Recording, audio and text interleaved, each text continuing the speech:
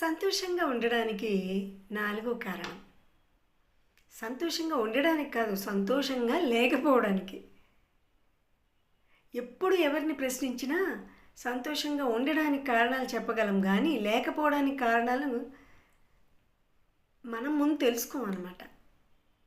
నాలుగో కారణం ఏంటంటే, అసలు మనమేమిటో మనకి తెలియకపోవడం, మనని మనం విమర్శించుకోవడం. మనమేమిటో మనకి తెలియకపోవడం, మనం ఏం చేయాలనుకున్నామో మనకి తెలియకపోవడం, మన స్ట్రెంగ్త్ ఏంటి అన్నది మనకి తెలియకపోవడము, అలా వేగ్గా లైఫ్ని గడిపేయడం. మనము ఎన్నో ప్లాన్స్ వేస్తాం, అన్ని ప్లాన్స్, ఇది అది ఇలా చేద్దాం అలా చేద్దామని, కానీ అక్కడో ప్లాన్ ఆల్రెడీ తయారైపోయి ఉంటుంది దేవుడి దగ్గర. అతని ప్లాను మరొకటి కావచ్చు. మనం వేసిన ప్లాన్స్ సక్సెస్ చేసుకోవాలని మనం ప్రయత్నిస్తాం. భగవంతుడు వేసిన ప్లాన్లో కూడా రెండు మ్యాచ్ అయితేనే సక్సెస్ సాధించగలం.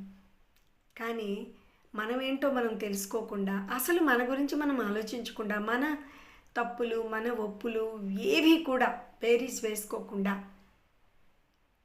ఎప్పుడూ కూడా ఏమీ తెలుసుకోకుండా, చేసిన తప్పుల నుంచి పాఠాలు నేర్చుకోకుండా, నా తలరాతలో ఇంతే ఉంది, నాకు ఆ భగవంతుడు ఎప్పుడూ ఇలాగే అన్యాయం చేస్తాడు, ఈ విధంగా ఆలోచిస్తూ జీవితాన్ని అలా గడిపేస్తూ ఉంటాం.